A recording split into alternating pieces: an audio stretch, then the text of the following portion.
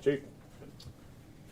So we're here to discuss yesterday's situation at the stadium, and Under Sheriff Bill Cooley, joined by Chiefs Britt Solero, Granville, and Kearney, Sheriff John Garcia, Ryan Rogers, and Matt Kreipel, our Air One crew. So yesterday, just before the game started, ECC security officers were flagged down by a concerned citizen to address a person that appeared to be in distress. So they encountered this individual, and when they approached him, he was naked and he was kind of covered in human excrement. And as they approached him, he began to run towards the excavated area where the new stadium's going. So they followed him, and when he closed in on the fence that encompasses that area, he climbed or scaled a 10-foot fence and got to the other side of the fence, and then began to run towards the excavated area, and it's sort of shelved or tiered. As he was running, he fell down and tumbled down the first to the first tier, first level. He got up and then began to run again, and then tumbled down once again to the bottom of the excavated area. At that point, the Erie County Sheriff's Office were alerted to the situation, and EMS was alerted, and the Wyndham volunteer firefighters that covered that area also were alerted. I think Ryan Rogers, our pilot at Air One, was the first sheriff's officer to spot the individual at the bottom of the excavated area. Yes, sir. And when they first saw him, they were concerned with his welfare. They weren't sure of what his condition was, and as they began to descend down into the excavated area, then you saw him move, and he gets up, and he runs, and then he falls down again. So at that point, they abandoned their idea to land down in there and directed deputies that were up on Abbott Road to this location. When our deputies encountered this individual, they noticed he was in some medical distress, and our deputies, along with EMS and the volunteer firefighters, made a determination to send him to the hospital for evaluation. So he was transported to ECMC and was treated for myriad injuries, and at a certain point in time, he was then transferred from ECMC to Buffalo General. He's a 29-year-old male, and during the interview that occurred in the new construction site, he made mention that he was under the influence or had taken cocaine, LSD, and marijuana. So it was unclear whether or not this was the resultant consequence of being intoxicated or from the 2 falls that he took. But at that point, he was in the hospital, and charges were laid against him for criminal trespass, but he was never really taken into custody. He was just released on an appearance ticket. So with that, I'll turn it over to Sheriff John Garcia. Thank you, Under Sheriff. Thanks, Bill. So I just wanted to highlight, yesterday's great game. We had 68,000 people. It was a sellout crowd. We had 1 arrest during the game, and that happened after the game, where an individual on his way out was shoving others, so he got charged with harassment. And then we had 8 ejections. It was probably, in our opinion, the best behaved crowd that we've seen since our administration has been in place. Now, the incident that occurred at ECC, like the Undersheriff said, we were made aware of by ECC Security. ECC Security does the exterior perimeter security of that site. It's fenced in, and inside that construction site, you have a private security company. So ECC on the outside, private security firm on the inside, fenced in area. There's some video that's out there in the public that shows this individual, like the Undersheriff said, just covered in feces and urine and so forth, and members of the public are taking a video of him. He's stripping himself of his clothes. He climbs over naked. He eventually falls into the pit. At that point, Air One, which I keep on highlighting, Air One, our eye in the sky, what they do is they monitor all the lots. And if they get any information from a citizen or whomever that there's an issue in a lot, a fight, or they respond. Well, when they responded, they see this individual and they think he's in distress, which he is. However, this individual proceeds to give them a peace sign with one hand and simulates masturbation with his other hand. So obviously, there's some kind of drugs involved, some mental illness. After interviewing this individual, we find out he took acid, LSD, cocaine, marijuana, and he was drinking. He never made it into the game. The individuals that attended the game with him just abandoned him. So, you know, this happened about 12:18, the first call. We responded immediately with Air 1. He was located, transported to the hospital, and like the ambulance sheriff said, he never came into our custody. We gave him a parent's ticket there. Ambulance transported him immediately to Buffalo General. ECMC. ECMC then Buffalo General. Now he's at Buffalo General. We're unsure of what his status is right now. He did have a cut above his, on his forehead and so forth. But, you know, since it's a private matter and, you know, in HIPAA, we have no information on that. So I wanted to say thank you again to you gentlemen. They do a fantastic job locating this individual, and it's just a working relationship what we have with our public and our partners, be it ECC Security and the security company and so forth, the state troopers. And we really had a wonderful crowd, but we had this isolated incident. I wanted to call this press conference because I know there was some questions regarding, you know, were there other people that were injured? Nobody else was injured. Nobody else made it onto this site. There's everything that we could attempt to prevent. We always try to stay 4 or 5 plays ahead because our job is to ensure that incidents like that don't occur. But when somebody takes LSD and cocaine and marijuana and they're drinking, I mean, from running into traffic to scaling a 10-foot fence, we can't prevent everything. But I'll take any questions that anyone may have. Do you have any idea how, you said he had run along, he kind of fell into the pit, and the way they're digging it is kind of tiered, fell again, and how many feet down he fell? And if you could talk about getting him out of there, if that was difficult at all. Yeah, I can shed some light on that. So there's different areas of that excavation site where you can actually drive vehicles down into. So they were able to get down there and get them loaded up on a gurney and then into an ambulance for transport. So you didn't need to put ladders down like the Pueblo or something like that? No, it's actually drivable. I suspect they get their, you know, earth movers and that down into that area. What would you estimate the depth at, Ryan? I would say approximately 30 to 30 50 feet? Like below grade? Yes, sir. In the parking lot? 30. Yeah, so if it was tiered, maybe he tumbled down about 15 feet, and it's kind of jagged. It's, you know, shale, and then got up and ran again and probably fell another 15 feet.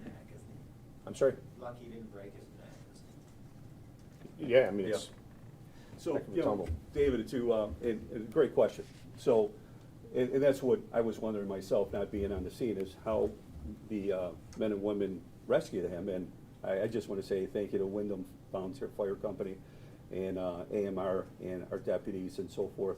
But yeah, you're able to drive down there, and he was, you know, but if we would have never found him, that, you know, that's my concern. And you remember years ago with an individual that, you know, fell into a body of water and drowned. So, you know, and that's the tool. I keep on saying the tool with Air 1, having that eye in the sky and really seeing everything that's going on. And when there's a call that comes out, be it a fight, be it a person having a medical emergency, we could pinpoint that area and have our people respond immediately, our, you know, the ambulance, so forth. And I'll tell you, they got to him immediately. They got him out of there to the hospital right away, and, you know, we'll see what happens, but, yeah. I know this was an isolated incident, but with the construction happening and, you know, obviously the tailgating, we were drinking, do you think there's gonna be any security closer around, just in case, you know, no one does this again? Or Yeah, how so that's great gonna- question. I had the same question. You know, we always assess the after-action report on how to get better with traffic, with incidents like this. And my question was, how do you have a construction like the site there? You have private security on the inside, ECC security on the outside, and how does a person, you know, scale this? Well, by the time they saw him, right, we think about it afterwards, but when you see a naked individual running what are your thoughts, right? Next thing you know, he's climbing this fence. He's a big kid, 6'4", you know? He scaled that fence right up, and, you know, he jumped over on the other side. Next thing you know, he's running towards the pit. By the time ECC security got behind him, now this individual is falling, tumbling down into the pit. It happened so quickly. And, you know, it's a large site, and you can't have people every 6 feet.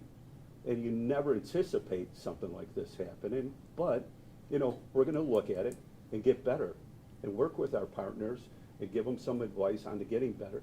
And then there's people inside the site, the private security people. And, you know, people may ask, where were they? Well, it's a giant site. Do they? There's also signage on the exterior of the fence, you know, alerting people to. For a normal person, I should have said it that way, but when you're taking LSD and cocaine and marijuana, you're gonna not read the signs, you're not gonna read any. You wouldn't be in a porta potty jumping inside it, covering yourself with human excrement. You wouldn't be doing that. This is a very isolated issue, but, you know, Sarah?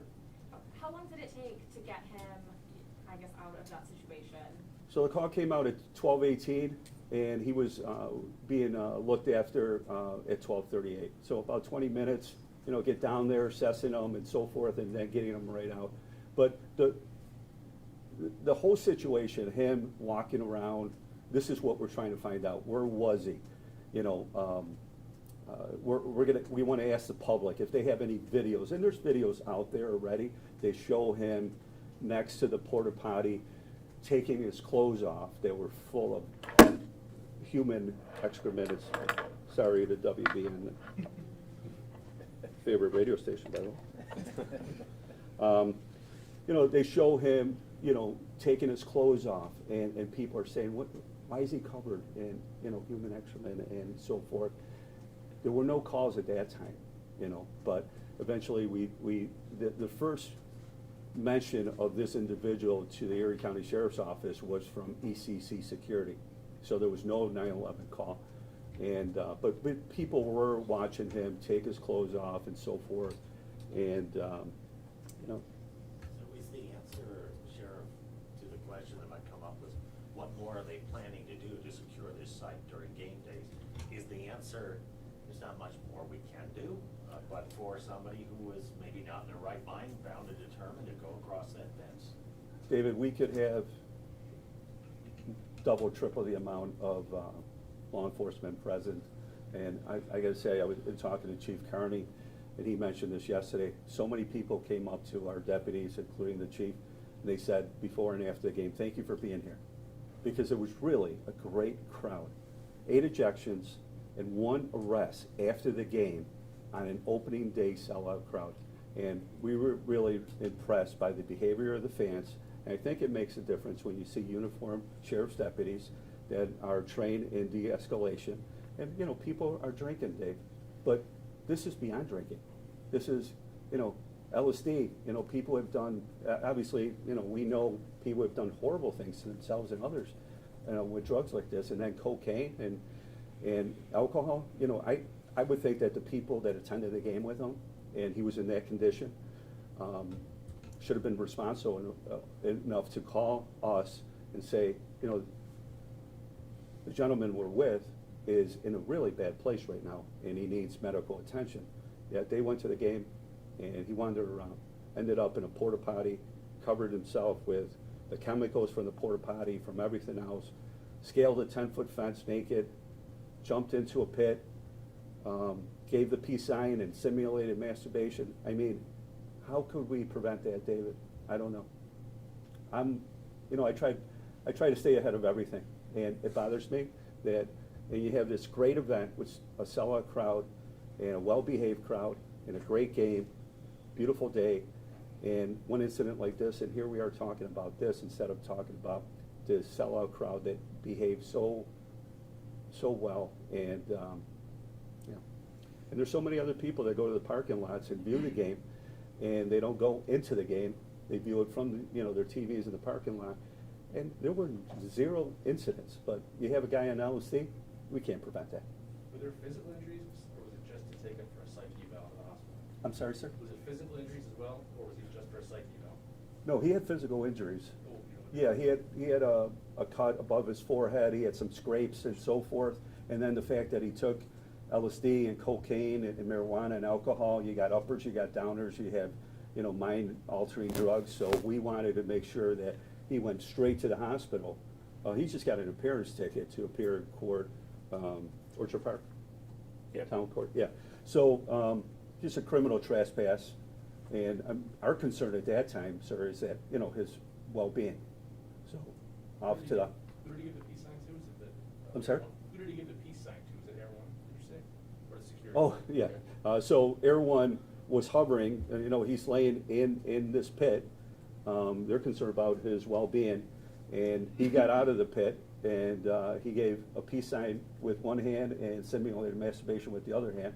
So, I mean, they're thinking, obviously, intoxicated person, which in fact it was, but also intoxicated due to some of the drugs that he took. That is not a normal behavior from anyone, I would hope. Our flight crew initially, when they first spotted him, you weren't sure if he was unconscious or expired? Correct. And they made a determination to try to land, and as they were descending into that area, then he gets up. Right. Yes, sir. So at which point it was, you know, didn't make any sense to land down there. And at that point, our Air One crew directed our deputies on the ground to the area.